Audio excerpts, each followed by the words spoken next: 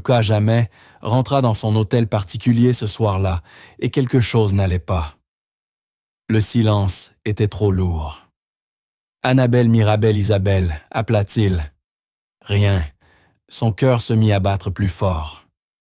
Il trouva l'agent de sécurité. Elles sont où? Dans le jardin, monsieur, avec la nouvelle employée. Lucas marcha vers l'arrière de la propriété et ce qu'il vit le figea sur place. Ces 3 filles, qui n'avaient pas bougé depuis 3 ans, qui n'avaient plus souri depuis la mort de leur mère, étaient assises sur une couverture dans l'herbe, et elles tendèrent les mains, elles souriaient, elles vivaient. Pour la première fois en 3 ans, Lucas Jamais ressentit quelque chose qu'il pensait que la vie lui avait arraché à jamais. Laissez-moi vous raconter comment on en est arrivé là, car cette histoire vous brisera le cœur avant de le réparer. 3 ans plus tôt, Lucas Jamais avait perdu sa femme. Émilie était morte en donnant naissance à leur triplé. Les médecins avaient tout essayé, mais son corps avait cédé. La dernière chose qu'elle avait dite à Lucas fut « Promets-moi que tu leur montreras la joie. » Il avait promis. Mais quand Émilie est morte, quelque chose en Lucas est mort aussi. Il ramena ses 3 bébés à la maison, Annabelle, Mirabelle et Isabelle. Et il essaya. Il engagea des nounous, acheta tout ce dont elles pouvaient avoir besoin. Mais chaque fois qu'il les regardait, il ne voyait qu'une chose, la femme qu'il avait perdue. Et lentement, sans même s'en rendre compte, Lucas cessa de vivre. Il arrêta la musique parce qu'elle lui rappelait Émilie. Il arrêta de rire parce qu'il n'y avait plus rien de drôle. Il arrêta d'espérer parce qu'espérer faisait trop mal. Et les petites, elles le sentaient. À 6 mois, elles cessèrent de babiller. À 1 an, elles n'essayèrent même pas de se mettre debout. À 2 ans, toujours rien. Aucun mot, aucun pas, juste le silence. Lucas dépensa plus d'1 million d'euros en spécialiste médecin de la Pitié-Salpêtrière, du CHU de Lyon ergothérapeute, renommé 23 experts différents. Tous les examens disaient la même chose, rien de physiquement anormal. Une médecin lui dit un jour « Monsieur Jamais, les enfants reflètent ce qu'ils voient. Et en ce moment, elles reflètent votre deuil. » Lucas la renvoya. Il ne voulait pas croire que sa douleur était en train d'étouffer ses filles, alors il cessa d'essayer de les réparer. Il engagea du personnel pour les nourrir, les changer, les maintenir en vie. C'est tout. Pas de thérapie, pas d'espoir, juste la survie. Ses filles eurent 3 ans, et elles n'avaient toujours pas parlé, jamais marché. Elles restaient dans leurs chaises, comme de magnifiques poupées silencieuses. Et Lucas se convainquit que c'était acceptable, sécurisant. Il avait tort. Puis Jasmin Baker entra dans sa vie. Elle n'était pas censée changer quoi que ce soit. C'était juste une employée de maison qu'il avait engagée pour l'aider avec les filles. Mais Jasmin avait un don que Lucas ignorait, un diplôme d'ergothérapie. Elle avait passé 5 ans à apprendre comment aider des enfants blessés à se reconstruire. Mais la vie lui avait arraché ses rêves quand son petit frère Marc avait été victime d'une balle perdue et s'était retrouvé paralysé. Les factures médicales l'avaient englouti, alors elle nettoyait des maisons pour le maintenir en vie. Quand l'assistante de Lucas lui proposa 15 000 € par mois pour vivre sur place et s'occuper des filles, Jasmin faillit dire non. Mais elle avait besoin de cet argent. Alors, elle accepta. Le jour où elle rencontra les fillettes, quelque chose se brisa en elle. 3 petites, avec de grands yeux vides, assises dans leurs chaises, sans bouger, sans parler juste. Existant. « Bonjour mes puces », murmura Jasmin. « Je m'appelle Jasmin. » Pas de réponse. Mais leurs yeux criaient. Ce soir-là, Jasmin resta éveillée longtemps. « Seigneur, si tu m'as envoyé ici, montre-moi comment les aider. » Et la réponse arriva. Le 3e jour. Jasmin trouva quelque chose dans le dressing de Lucas des boîtes cachées au fond. À l'intérieur des vêtements de femme, un journal, un iPad.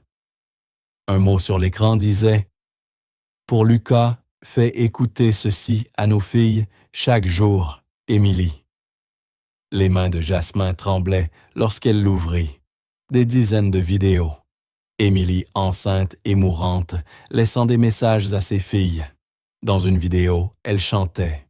Dans une autre, elle pleurait suppliant Lucas de montrer la joie à leurs petites, de leur mettre de la musique, de danser, avec elles de vivre pour qu'elles apprennent à vivre. Lucas, les enfants reflètent ce qu'ils voient, disait Émilie en larmes. Si elles te voient figée dans le chagrin, elles se figeront aussi.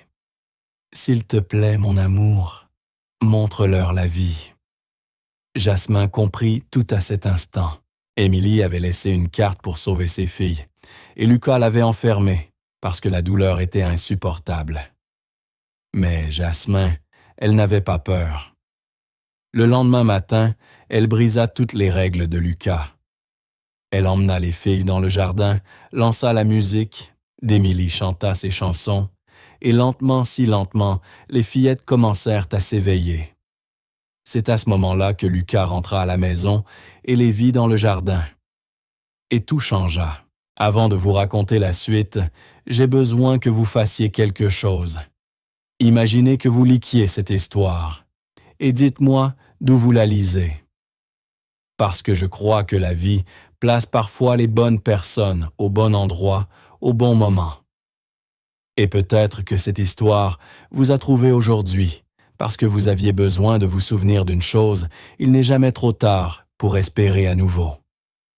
Maintenant, laissez-moi vous montrer le miracle qui a suivi. Lucas se tenait au bord du jardin, caché derrière l'arche de pierre, incapable de bouger.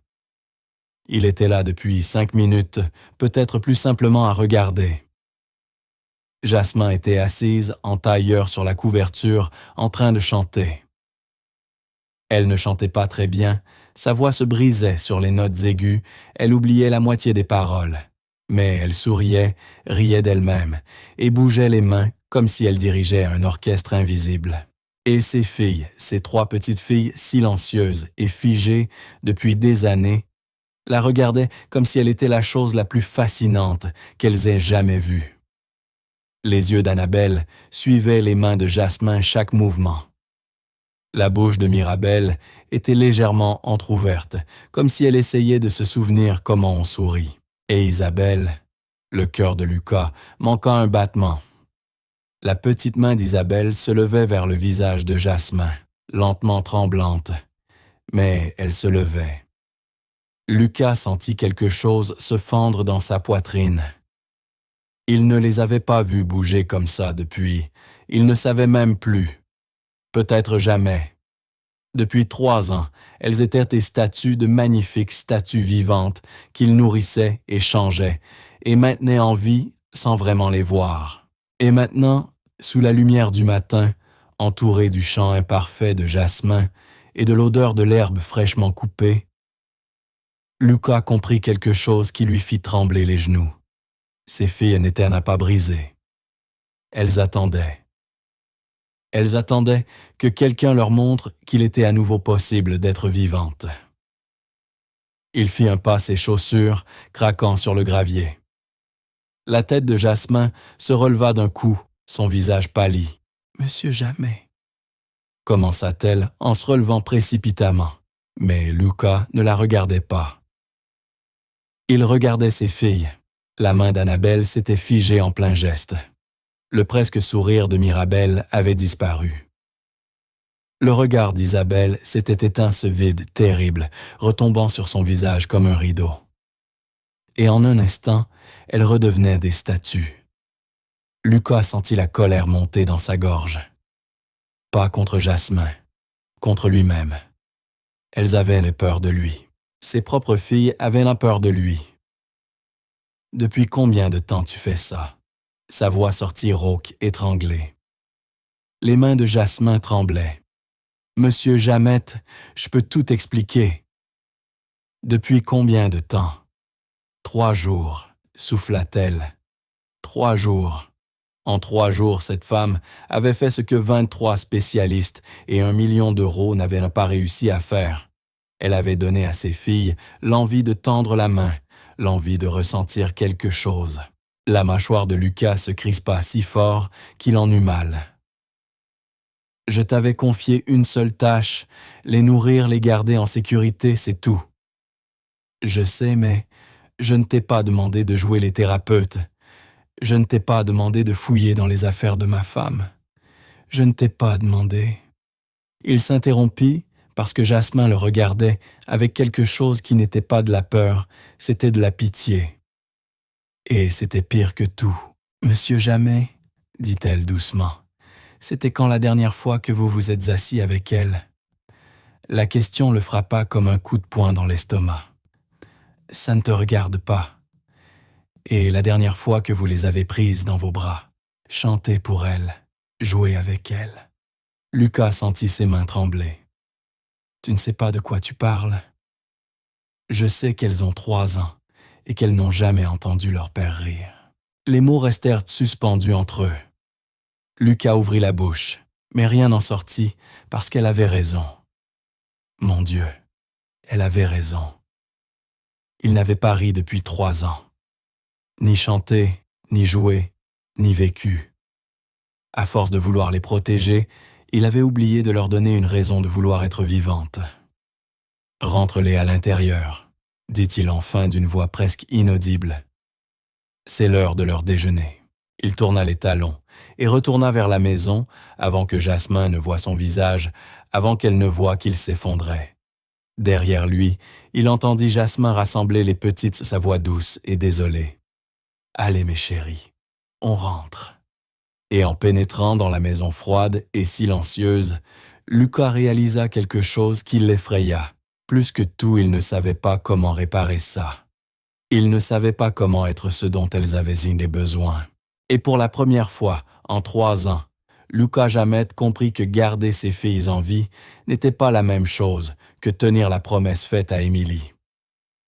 Il les avait maintenues en vie, mais il ne leur avait jamais appris à vivre. Cette nuit-là, Jasmin ne trouva pas le sommeil. Allongée dans son lit, elle fixait le plafond écrasé par le silence pesant de la maison. Au bout du couloir, les fillettes dormaient. Elle était déjà allée vérifier 2 fois. Elles dormaient comme elles vivaient immobiles, silencieuses, comme si même dans leurs rêves, elles avaient appris à ne pas faire de bruit. Jasmin se tourna et attrapa son téléphone. Un message de sa mère. « Marc a passé une bonne séance de kiné aujourd'hui. Il a tenu debout 30 secondes. Le médecin dit qu'il progresse. » Jasmin sourit, mais son sourire était vide. 15 000 € par mois. C'était ce que valait ce travail. Avec cette somme, Marc pourrait enfin avoir l'opération dont il avait besoin, un fauteuil adapté, des aménagements pour la maison. Tout ce qu'elle devait faire, c'était suivre les règles. Les règles étaient les simples. Nourrir les petites, les changer, les garder propres, ne pas essayer de les réparer. Mais comment Jasmin aurait-elle pu ne pas essayer? Aujourd'hui, elle avait vu la main d'Isabelle se lever. Elle avait vu Mirabelle presque sourire. Elle avait vu les yeux d'Annabelle s'éclairer d'une lueur qui ressemblait à de l'espoir. Et puis Lucas était arrivé, et tout s'était effondré. Jasmin ferma les yeux très fort en repensant à l'expression sur son visage. Il n'était pas en colère. Pas vraiment. Il était terrifié. Terrifié de quoi? Que ses filles puissent réellement guérir. Son téléphone vibra à nouveau.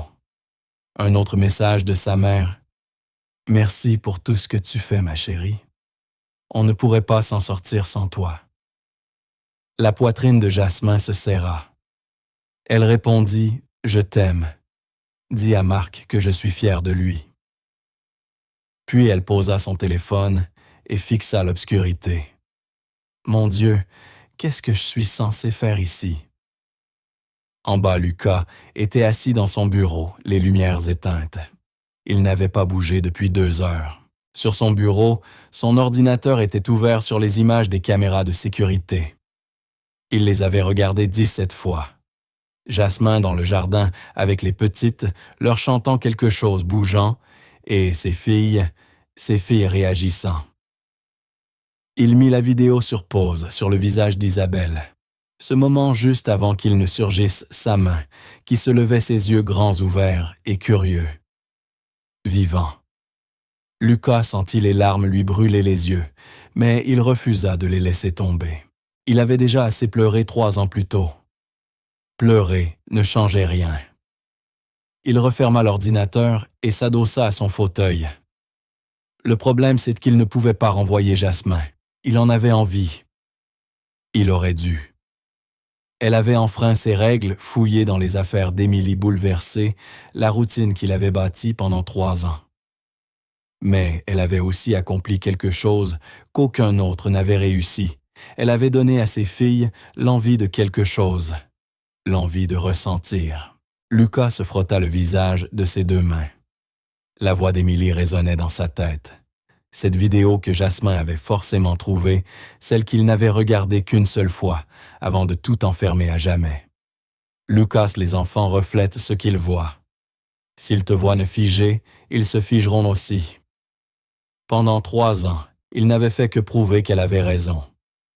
Ses filles n'étaient pas handicapées. Elles n'étaient pas brisées. Elles étaient des miroirs, et ce qu'elles reflétaient, c'était son propre deuil, sa propre peur, sa propre mort. Lucas se leva et marcha jusqu'à la fenêtre. De là, il voyait le jardin.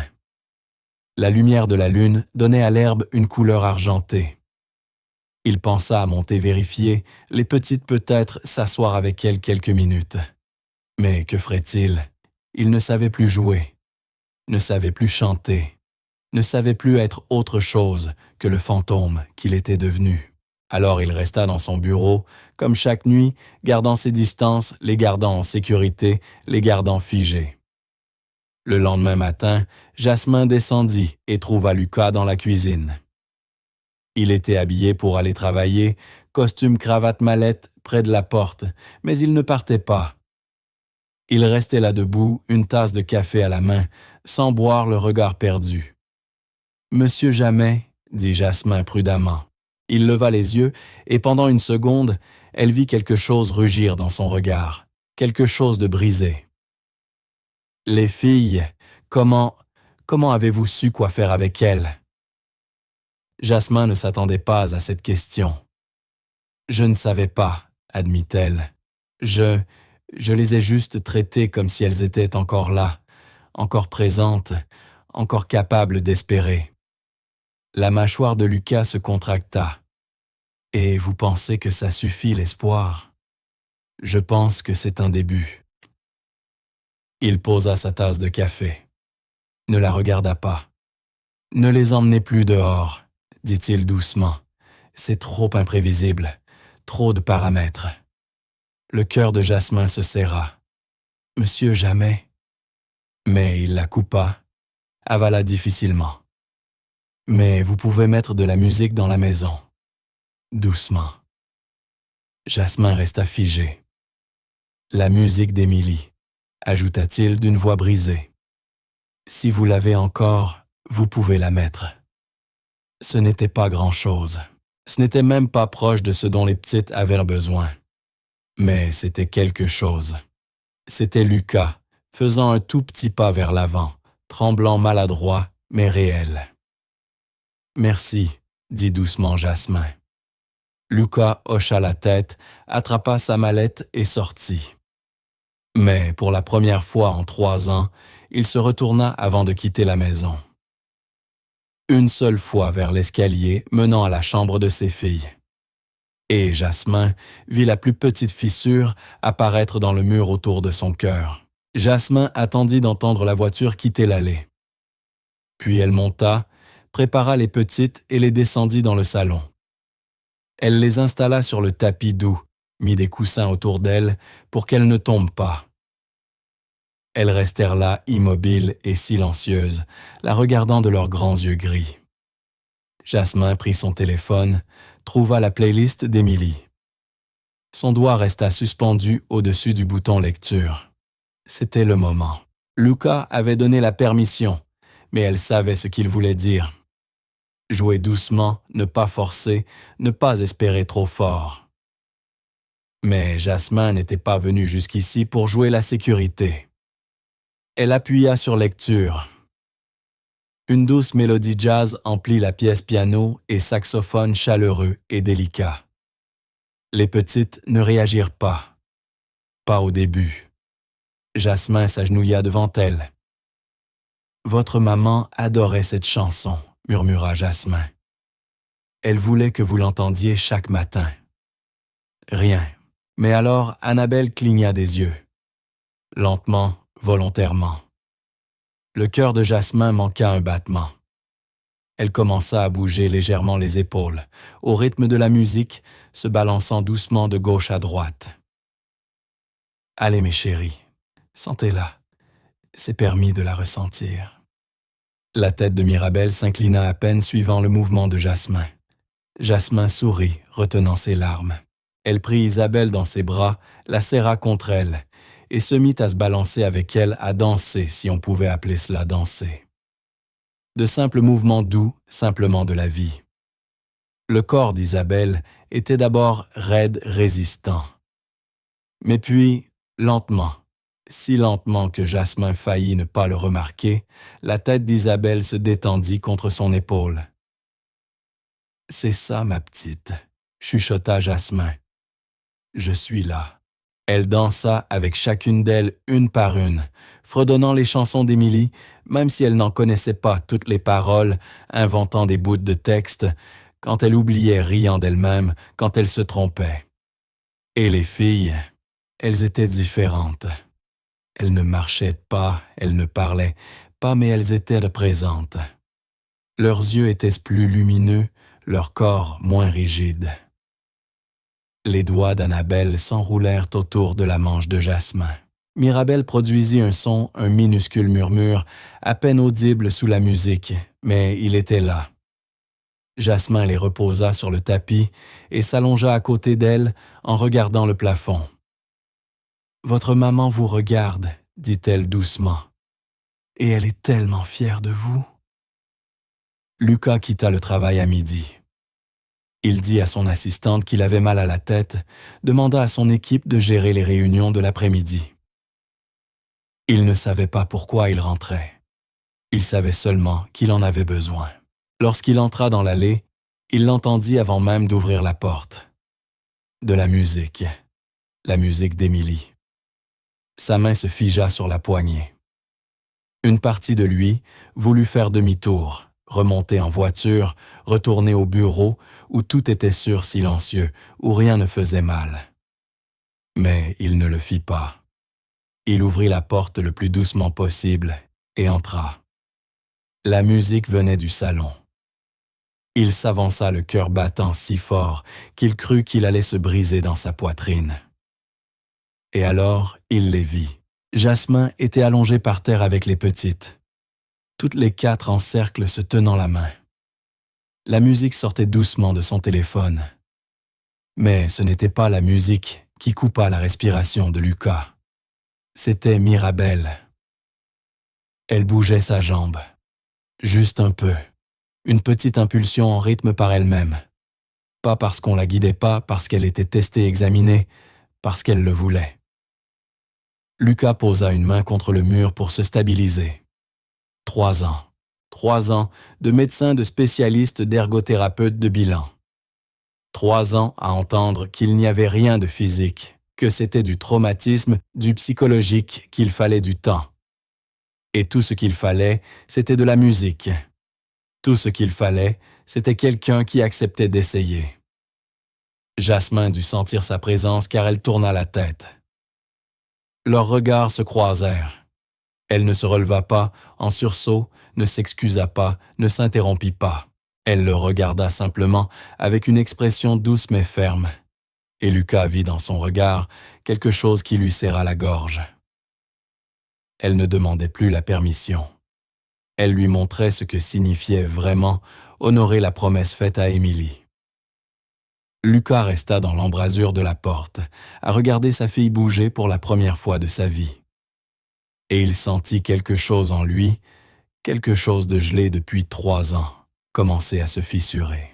Pas assez pour se briser, pas encore, mais assez pour faire mal. Assez pour lui faire se demander si peut-être il s'était trompé sur tout. Il fit demi-tour avant que quelqu'un ne voie son visage, avant que quelqu'un ne voie qu'il pleurait. Cette fois, il ne retourna pas au bureau. Il resta assis dans sa voiture, dans l'allée, les mains crispées sur le volant, et il se laissa ressentir. Le chagrin, l'espoir, la peur, tout. Pour la première fois en 3 ans, Lucas jamais se permit de sentir. Lucas ne rentra pas dîner ce soir-là. Jasmin nourrit les filles, les lava, les mit au lit. Tout le temps, elle jetait un coup d'œil par la fenêtre. La voiture de Lucas était toujours là. Simplement là. Madame Chen l'avait remarqué aussi. « Il fait ça parfois », dit-elle doucement en posant un panier de linge. Il se gare et reste assis parfois pendant des heures. Jasmin regarda l'horloge. 3 heures maintenant. Quelqu'un devrait aller voir, non? Madame Chen secoua la tête. Il n'aime pas être dérangé quand il est comme ça. Croyez-moi, j'ai essayé. Mais après le départ de Madame Chen, Jasmin ne cessa d'y penser. Elle prépara une tisane à la camomille, comme sa mère le faisait quand elle n'arrivait pas à dormir, puis sortit dehors. L'air de la nuit était frais. Elle voyait Lucas à travers le pare-brise, la tête renversée contre le siège, les yeux fermés. Elle frappa doucement à la vitre. Les yeux de Lucas s'ouvrirent. Pendant une seconde, il sembla perdu. Puis il aperçut la tisane dans sa main, et quelque chose changea dans son expression. Il baissa la vitre. « Je me suis dit que vous en auriez peut-être besoin », dit Jasmin en lui tendant la tasse. Lucas la fixa comme s'il avait oublié ce qu'était le thé. Puis, lentement, il la prit. « Merci. » Jasmin aurait dû retourner dans la maison, le laisser seul, comme Madame Chen le lui avait conseillé. Mais elle ne le fit pas. « Je peux vous demander quelque chose ?» dit-elle. Lucas ne répondit pas, mais il ne lui demanda pas de partir non plus. « Pourquoi êtes-vous rentré si tôt aujourd'hui ?» Sa mâchoire se contracta. « Je ne sais pas, si vous savez. » Il la regarda alors, la regarda vraiment. Et Jasmin vit à quel point il était épuisé. Pas physiquement, émotionnellement. Comme s'il avait porté une montagne pendant 3 ans et que ses bras lâchaient enfin. « J'ai entendu la musique, » dit-il doucement. « Depuis la voiture, je l'ai entendue et je n'ai pas pu m'éloigner. » « Vous avez vu Mirabel bouger? »« Oui. » Les mains de Lucas se crispèrent autour de la tasse. Et ça m'a terrifié. Jasmin s'adossa à la voiture, levant les yeux vers les étoiles. Pourquoi? Parce que... Et si elle s'arrêtait à nouveau, et si elles commençaient toutes à espérer, à essayer, et que... Sa voix se brisa, et que je ne pouvais pas leur donner ce dont elles ont besoin. Voilà, la vérité qu'il cachait depuis 3 ans. « Monsieur Jamais, » dit Jasmin doucement, « vous avez tellement voulu les protéger de la déception que vous avez oublié quelque chose d'essentiel. » « Quoi? » « Elles ont besoin que vous échouiez avec elles. Elles ont besoin que vous essayiez, que vous vous trompiez, que vous recommenciez. C'est ça être parent. » Lucas ferma les yeux. « Je ne sais pas faire ça. Personne ne sait. On devine tous. Émilie, elle aurait su. Peut-être, mais Émilie n'est plus là. » La voix de Jasmin était douce, mais ferme. « Vous aussi. Et ces petites filles, là-haut, n'ont pas besoin d'un père parfait. Elles ont besoin de leur père, de celui qui a peur, qui est brisé, qui n'a pas toutes les réponses. » Lucas ne répondit pas. Il resta simplement assis, tenant la tisane, regardant droit devant lui. Jasmin se détacha de la voiture. « Elle va refroidir si vous ne la buvez pas. » Elle commença à retourner vers la maison. Mademoiselle Baker. Elle se retourna. Lucas la regardait maintenant, et dans la faible lumière du porche, elle vit des larmes sur son visage. « Demain, dit-il, d'une voix à peine audible. Demain, je veux essayer. Je ne sais pas comment faire, mais je veux essayer. » Jasmin sentit ses propres larmes monter. « D'accord. Vous voulez que je vous aide? » « Oui, même si j'ai été... » Il ne termina pas sa phrase. « Justement pour ça, » répondit Jasmin. Lucas hocha la tête, essuya rapidement son visage. « Alors demain. Demain. » Jasmin rentra le cœur battant. Elle monta vérifier les filles une dernière fois. Elles dormaient profondément, leur petite poitrine montant et descendant paisiblement. Elle s'agenouilla près du lit d'Isabelle et murmura « Ton papa revient, ma chérie. Il a peur, mais il revient. » Dehors, Lucas finit par boire la tisane. Elle était devenue tiède, mais il s'en fichait. Il resta dans sa voiture jusqu'à minuit, rassemblant le courage pour demain. Pour la première fois en 3 ans, il allait essayer d'être un père. Et il n'avait aucune idée s'il survivrait à cela. Le lendemain matin, Lucas ne partit pas travailler. Il se tenait dans la cuisine à 7 heures, toujours en pyjama, une tasse de café qu'il avait faite, mais qu'il ne buvait pas. Jasmin descendit avec les filles. Elle les avait habillées de vêtements doux, petits pantalons en coton et t-shirts rien de contraignant. Leurs cheveux étaient brossés, attachés avec leurs rubans colorés roses, pour Annabelle jaune, pour Mirabelle bleu pour Isabelle. Lorsque les petites virent Lucas debout là, elles se figèrent. Pas l'immobilité tranquille du sommeil, l'immobilité glacée de la peur. Lucas le sentit comme un coup de couteau dans la poitrine. « Bonjour », dit-il sa voix plus rauque qu'il ne l'aurait voulu. Les filles ne répondirent pas, le fixant, comme s'il était un étranger. Parce que c'est ce qu'il était, n'est-ce pas? Un étranger qui vivait dans leur maison, mais ne les touchait jamais, ne leur parlait jamais, n'essayait jamais. Jasmin installa les petites à la table de la cuisine, dans leurs chaises adaptées. Elle commença à préparer leur petit déjeuner, une bouillie d'avoine, mélangée à de la banane écrasée, comme elle l'aimait. Lucas restait debout, inutile. « Monsieur Jamais, » dit Jasmin doucement, « vous voulez m'aider à les nourrir? » Les mains de Lucas se mirent à trembler. « Je ne sais pas si j'ai le droit. Je vais vous montrer. » Elle lui donna une petite cuillère et un bol le guida pour s'asseoir devant Annabelle. Lucas s'assit lentement. Sa fille, son aînée, celle qu'Émilie avait tenue en premier dans la salle d'accouchement, le regardait avec de grands yeux immobiles. « Bonjour, ma puce, » murmura Lucas. « Rien. » Il leva une cuillère de bouillie vers sa bouche. Sa main tremblait tellement que la cuillère en frôla le bol.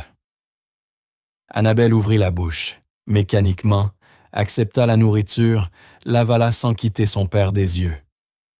Lucas essaya encore. Une cuillère, puis une autre.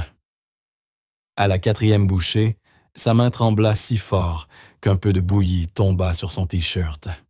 « Je suis désolé, » dit rapidement Lucas en attrapant une serviette. « Oh, je suis désolé, je ne voulais pas. » Et alors quelque chose se produisit, quelque chose qui fit arrêter le temps. La main d'Annabelle bougea, lentement incertaine, mais volontaire. Elle leva la main et toucha la sienne. Juste du bout des doigts, légère comme l'air posé contre son poignet. Lucas n'arrivait plus à respirer. Il regarda Jasmin, les yeux grands ouverts, entre la panique et l'émerveillement. Des larmes coulaient sur les joues de Jasmin, mais elle souriait. « Continuez », murmura-t-elle.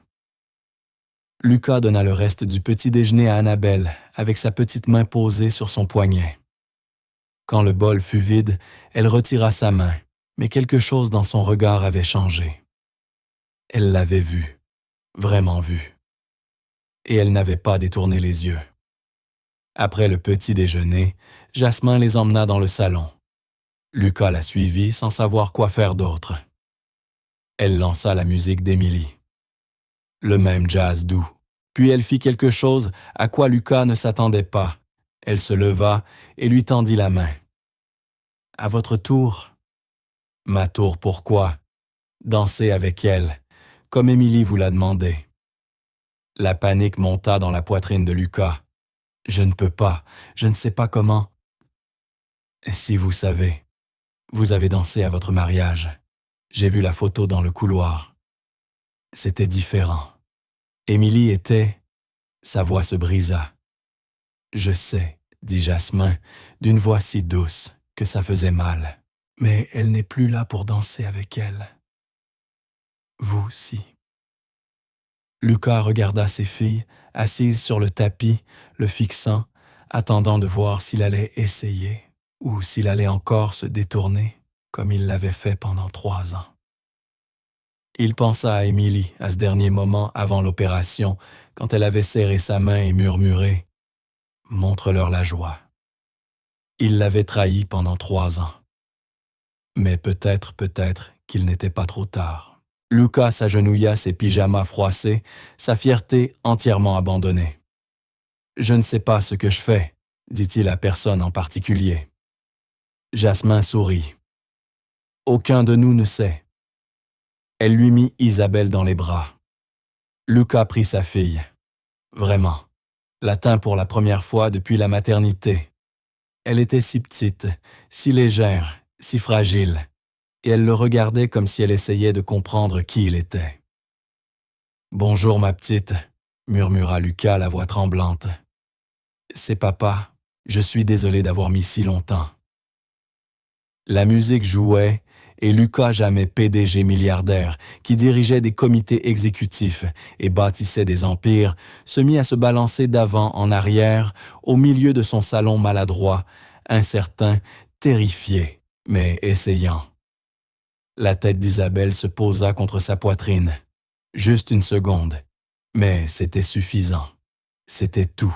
Jasmin ramassa Annabelle et Mirabelle, et ils dansèrent tous ensemble, dans ce salon 2 adultes brisés, essayant d'apprendre à 3 enfants brisés qu'il était permis d'espérer à nouveau.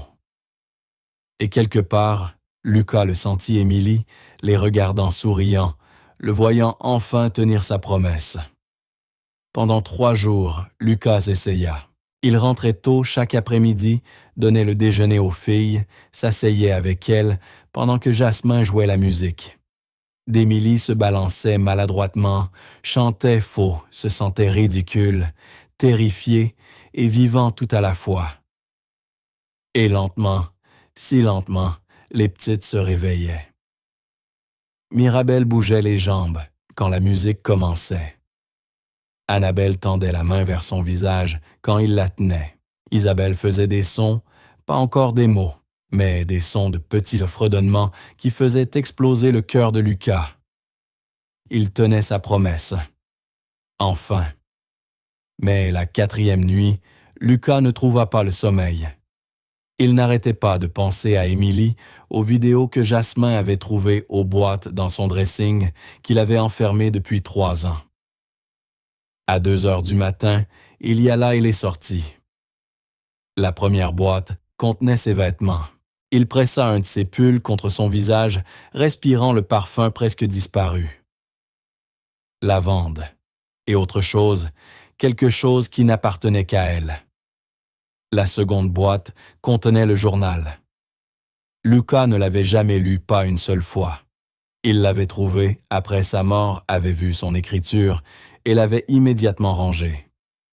Il ne pouvait pas supporter de lire des mots qu'elle avait écrits en mourant. Mais ce soir-là, il l'ouvrit. Les premières pages étaient heureuses d'enthousiastes. Émilie racontait sa grossesse, parlait des prénoms, des couleurs de la chambre de ses rêves pour leur fille. Puis les pages changèrent.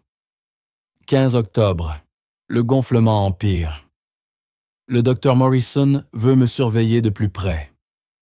Lucas fait semblant que tout va bien, mais je vois la peur dans ses yeux. 3 novembre. Diagnostic de prééclampsie confirmé. J'ai peur. Pas pour moi. Pour lui. Pour ce que cela va lui faire s'il me perd. Les mains de Lucas commencèrent à trembler. 20 novembre. J'essaie de tout préparer. Des vidéos pour les filles. Des instructions pour Lucas. Je dois lui apprendre à les aimer sans moi, mais j'ai peur qu'il oublie comment aimer tout court. Il aurait dû s'arrêter. Mais il n'y arriva pas. 1er décembre. Aujourd'hui, j'ai regardé Lucas pendant l'échographie. Il leur parlait, il chantait pour elle à travers mon ventre. Il sera un père merveilleux, tant qu'il ne laissera pas le chagrin le transformer en pierre. La vision de Lucas se brouilla. 8 décembre. Je n'ai plus beaucoup de temps. Je le sens. Mon corps lâche. Aujourd'hui, j'ai fait promettre à Lucas, « Promets-moi que tu montreras la joie d'Aziko à nos filles. » Mais quand il a promis, j'ai vu quelque chose dans ses yeux qui m'a effrayé. Il construisait déjà des murs, se préparait déjà à s'éteindre. Mon Dieu, s'il te plaît, ne le laisse pas faire. Ne laisse pas ma mort le tuer, lui aussi. Le journal glissa des mains de Lucas. Elle savait. Émilie savait exactement ce qu'il ferait. Qu'il se couperait du monde. Qu'il transformerait leur maison en tombeau. Qu'il finirait par échouer leur fille. Et elle l'avait supplié de ne pas le faire. Mais il l'avait fait quand même. Lucas appuya ses poings contre ses yeux, mais les larmes vinrent quand même violentes, étouffantes des sanglots qu'il retenait depuis 3 ans. Il avait passé 3 ans à accuser le deuil, la peur, les spécialistes incapables de les aider. Mais la vérité était plus simple et plus dévastatrice. Il avait été égoïste, tellement englouti par sa propre douleur qu'il avait abandonné ses filles à la leur. 3 bébés qui n'avaient jamais connu leur mère, qui avaient eu besoin de lui, comme de tout leur univers. Et il ne leur avait offert que le silence, la distance et l'ombre de sa mort. « Je suis désolé », murmura-t-il dans le placard vide. « Émilie, je suis tellement désolé. » Mais elle ne pouvait plus l'entendre. Elle était partie, et il avait gaspillé 3 ans à se noyer dans cette perte, au lieu de s'accrocher à ce qu'elle avait laissé derrière. Lucas reprit le journal. Il se força à lire la dernière page. 12 décembre. Demain, j'entre au bloc. Je sais que je ne reviendrai pas. Mais Lucas, si un jour tu lis ceci, s'il te plaît, écoute-moi. Nos filles auront besoin de toi. Brisées. Elles auront besoin que tu pleures, que tu aies peur, que tu n'aies pas toutes les réponses. Ne te cache pas d'elles. Ne les protège pas de la douleur en refusant de la ressentir toi-même. Les enfants n'ont pas besoin de parents parfaits. Ils ont besoin de parents présents. Promets-le-moi. Promets-moi que tu resteras présent. Au bas de la page, d'une écriture tremblante, « Je t'aime. Je te pardonne déjà. Maintenant, pardonne-toi. » Lucas resta assis sur le sol de son dressing, entouré des affaires de sa femme défunte, et il comprit. Émilie avait su qu'il échouerait.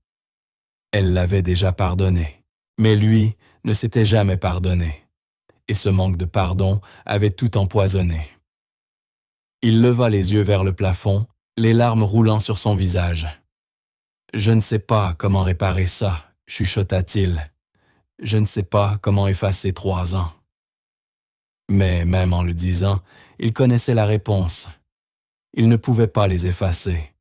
Il ne pouvait que commencer ici, maintenant, dans cette rupture, cette reddition totale de tout ce qu'il avait retenu. Lucas se leva, s'essuya le visage.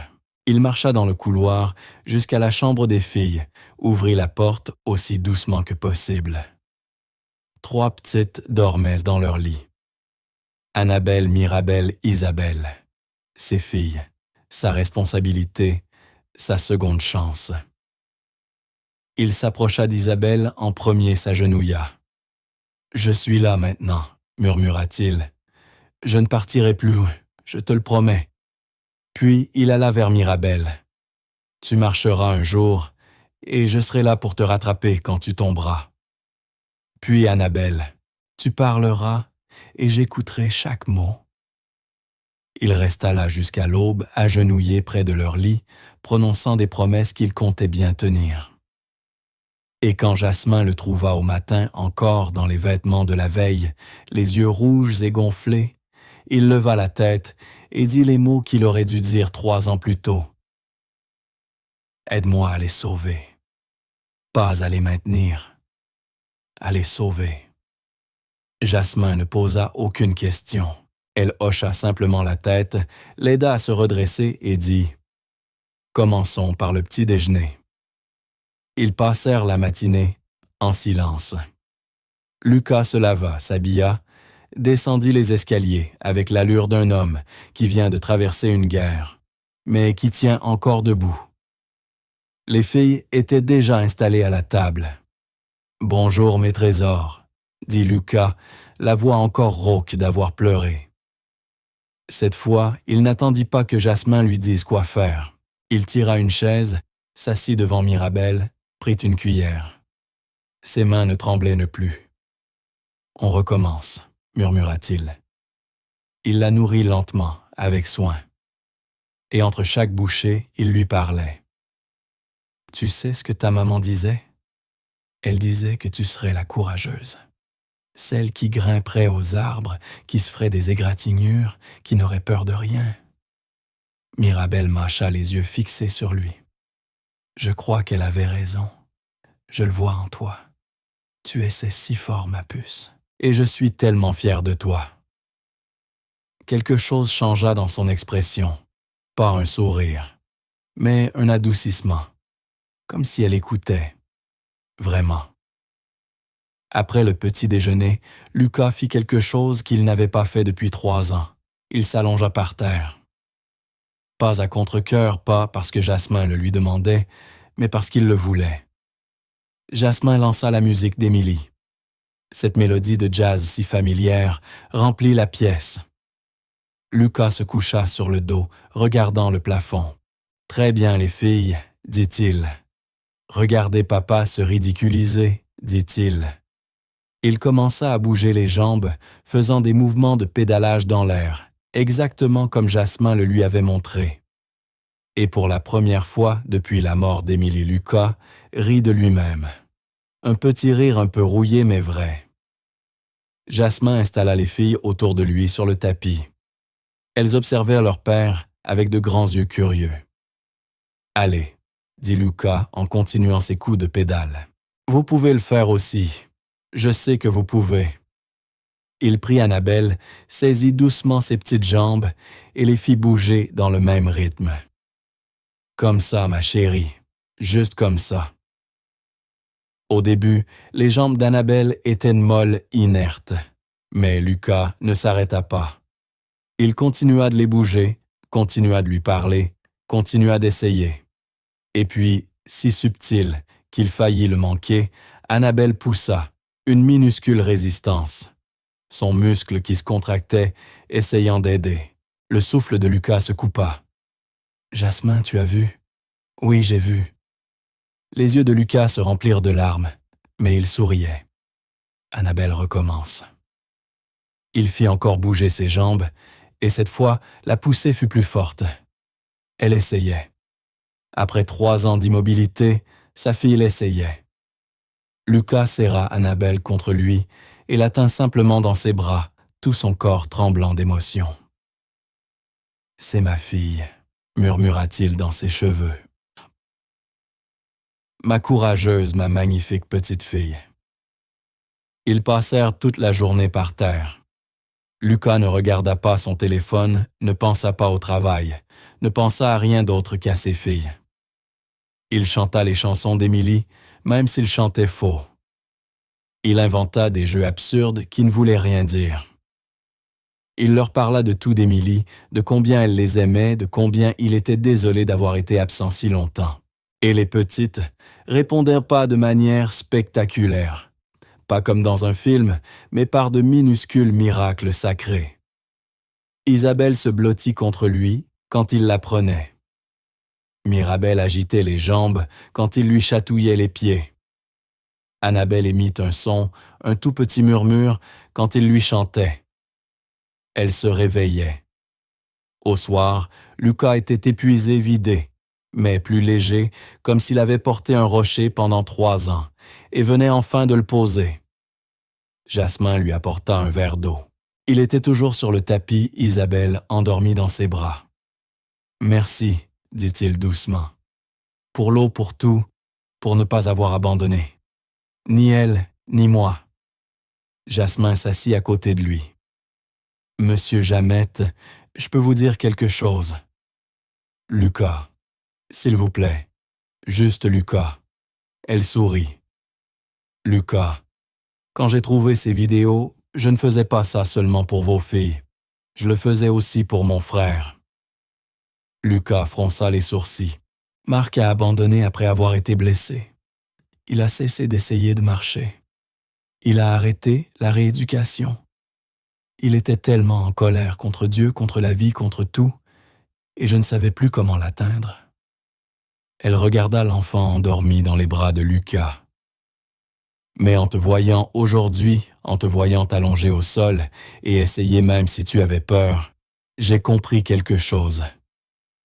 Les gens n'ont pas besoin qu'on ait toutes les réponses. Ils ont besoin qu'on s'allonge au sol avec eux, qu'on soit brisés ensemble, qu'on essaie ensemble. Les larmes revinrent à Lucas. Ton frère a de la chance de t'avoir. Et mes filles aussi. J'avais oublié un moment, mais je me souviens maintenant. Lucas baissa les yeux vers Isabelle, son petit visage paisible dans le sommeil, sa main recroquevillée contre sa poitrine. J'ai perdu tellement de temps. Non, répondit Jasmin fermement. Tu as survécu. Et maintenant, tu vis. C'est ça qui compte. Ils restèrent là dans le silence, deux êtres qui avaient perdu temps essayant de sauver ceux qu'ils aimaient. Et pour la première fois depuis 3 ans, Lucas ressentit quelque chose qu'il croyait disparu à jamais, la paix. Pas une paix complète. Pas celle qui dit que tout était réparé. Mais celle qui vient quand on avance enfin dans la bonne direction. Quand on commence enfin à tenir sa promesse. 2 semaines passèrent.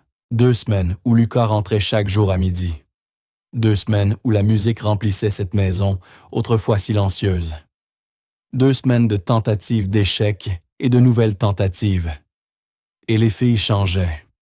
Plus seulement par de petits signes invisibles, mais par de vrais progrès. Mirabelle pouvait maintenant s'asseoir toute seule, sans chaise adaptative. Son dos se renforçait chaque jour. Annabelle attrapait des jouets, les prenait vraiment, les serrait, les explorait avec ses petites mains. Et Isabelle faisait des sons constamment. Pas des mots, mais du babillage, les sons qu'un bébé d'1 an fait normalement, les sons qu'elle aurait dû faire 2 ans plus tôt. Lucas documentait, tout prenait des vidéos, les envoyait aux spécialistes qui avaient baissé les bras avec un message « Regardez ce qu'il se passe quand on n'abandonne pas ». Mais le 15e jour, quelque chose se produisit. Un événement qui changea tout.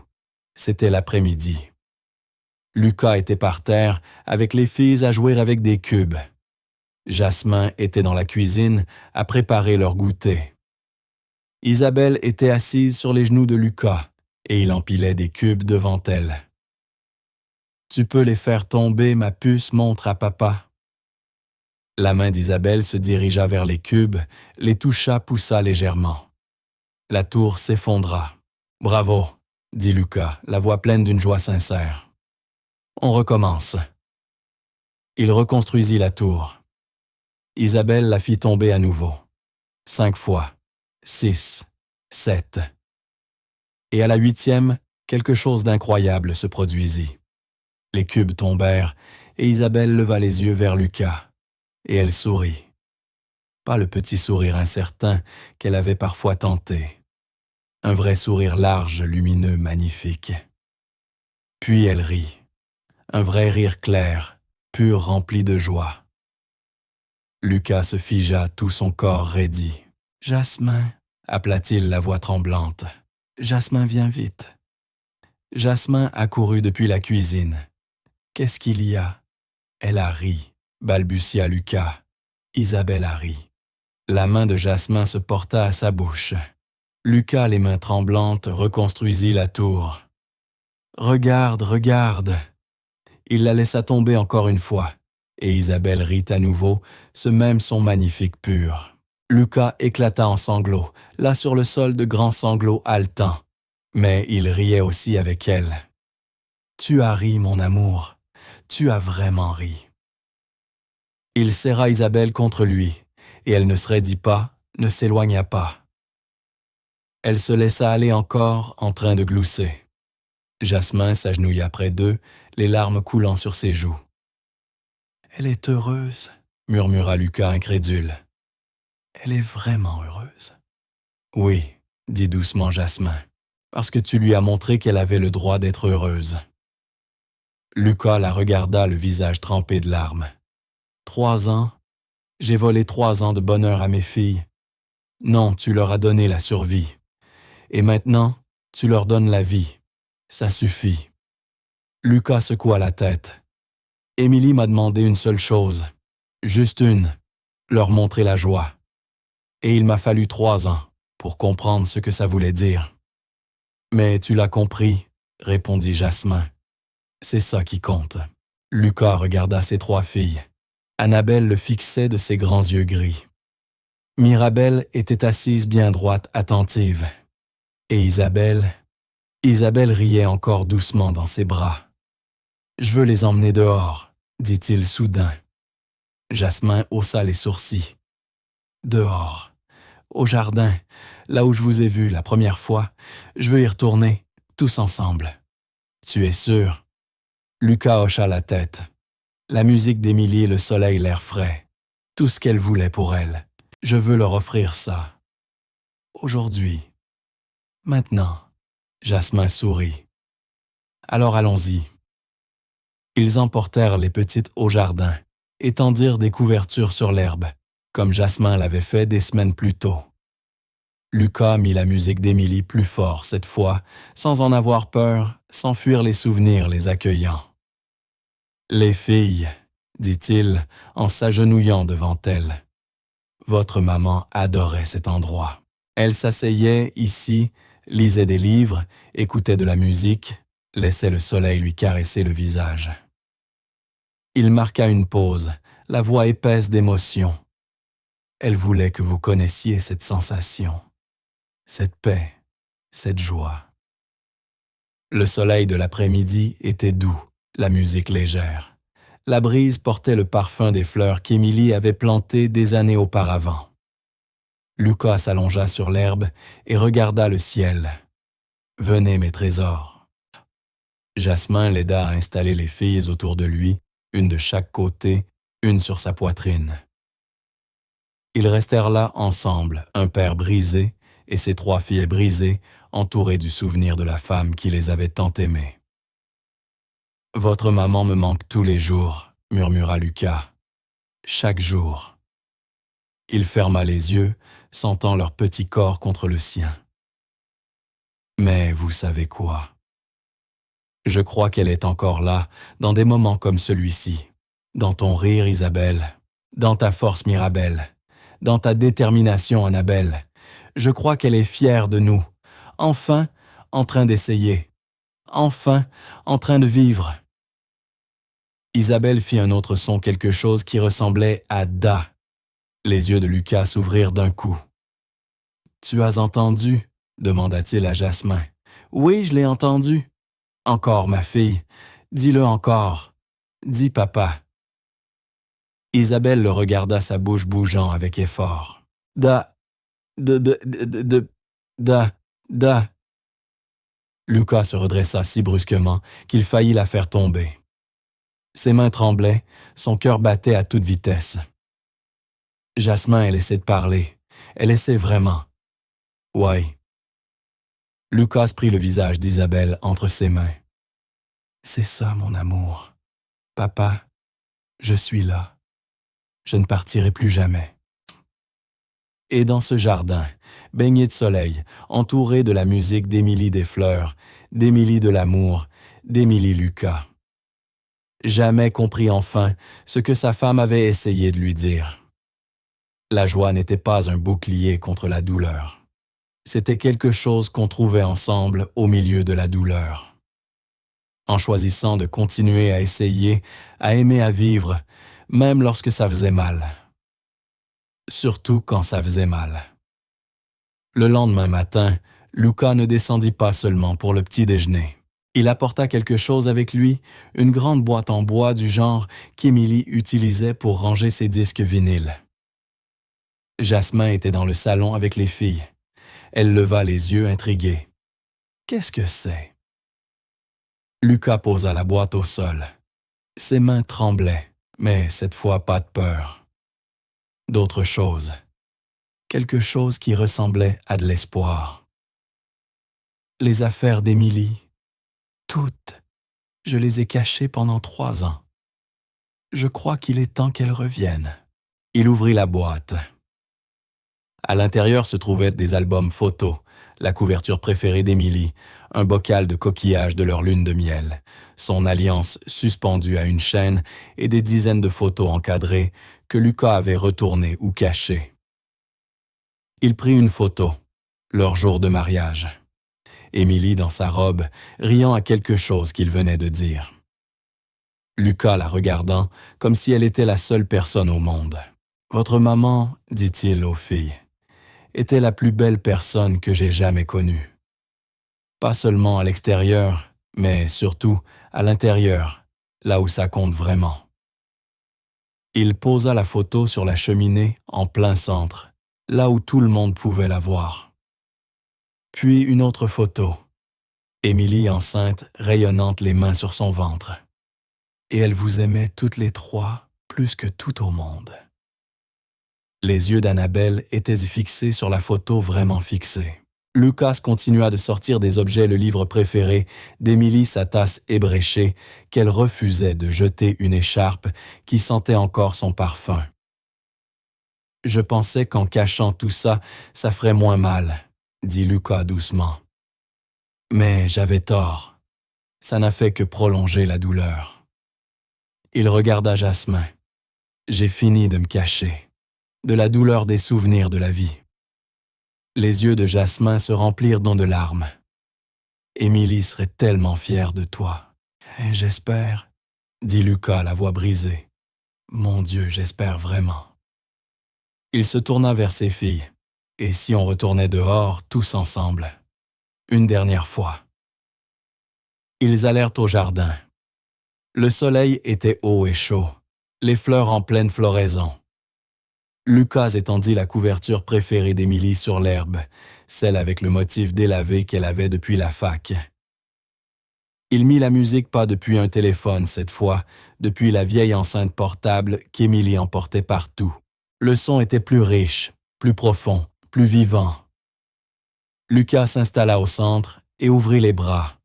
« Venez mes chéris, venez vers papa. » Jasmin posa les petites à quelques pas de lui.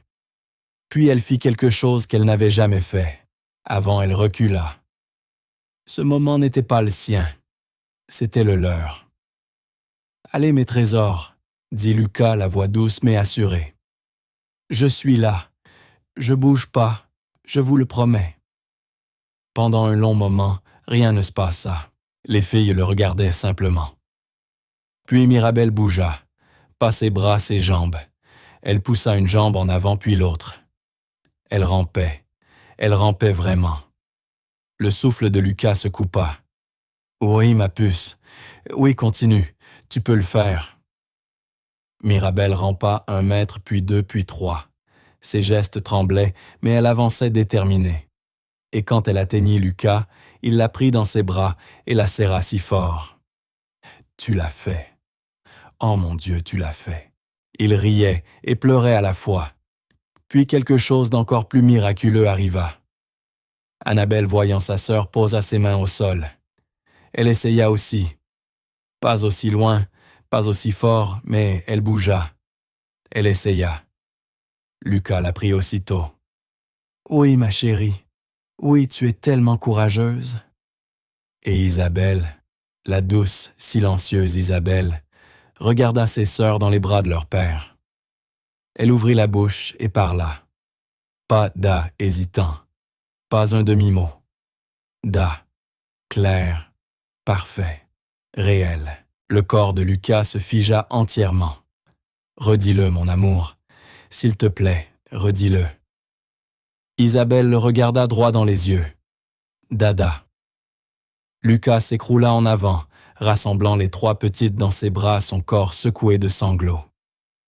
Je suis là, mes amours. Papa est là. Jasmin resta debout au bord du jardin, la main sur la bouche, les larmes coulant à flots. C'était ce qu'Émilie avait demandé. C'était la promesse, pas la perfection, pas même la guérison, juste la présence, juste l'effort, juste un amour qui refusait de rester figé. Lucas serra ses filles dans ce jardin baigné de soleil et il ressentit quelque chose qu'il n'avait plus senti depuis la mort d'Émilie. Le sentiment d'être complet. Pas parce que la douleur avait disparu, elle ne disparaîtrait jamais complètement, mais parce qu'il avait enfin compris ce qu'Émilie avait essayé de lui enseigner depuis le début. La vie ne consiste pas à protéger ceux qu'on aime de chaque blessure, chaque déception, chaque chute. La vie consiste à être là quand ils sont blessés, quand ils sont déçus, quand ils tombent. À se mettre au sol avec eux, à pleurer avec eux, à essayer avec eux. À leur montrer que l'espoir n'est pas dangereux, c'est renoncer qu'il l'est. Lucas leva les yeux vers le ciel, les larmes coulant sur son visage, ses filles serrées dans ses bras. « Merci », murmura-t-il à Émilie adieu à toute force, dans l'univers qui avait placé Jasmin sur leur chemin au moment exact où il en avait besoin. Merci de ne pas avoir abandonné. La musique continuait de jouer. Le soleil continuait de briller. Les fleurs continuaient de fleurir. Et trois petites filles, qui avaient oublié comment vivre, étaient enfin en train de se réveiller. Pas grâce à la médecine, pas grâce à l'argent, pas grâce aux spécialistes ou aux thérapies ou à des conditions parfaites, mais parce qu'un père brisé avait enfin appris à espérer de nouveau et avait appris à ses filles à faire la même chose. Parfois, les miracles que nous attendons n'ont pas l'apparence que nous imaginions. Parfois, ils ne consistent pas à réparer ce qui est cassé. Parfois, ils consistent à apprendre à vivre avec les morceaux cassés et à choisir la joie. Oui, c'était ce genre de miracle. Celui qui vous change de l'intérieur. Celui qui vous rappelle qu'il n'est jamais trop tard pour essayer. Qu'il n'est jamais trop tard pour aimer. Qu'il n'est jamais trop tard pour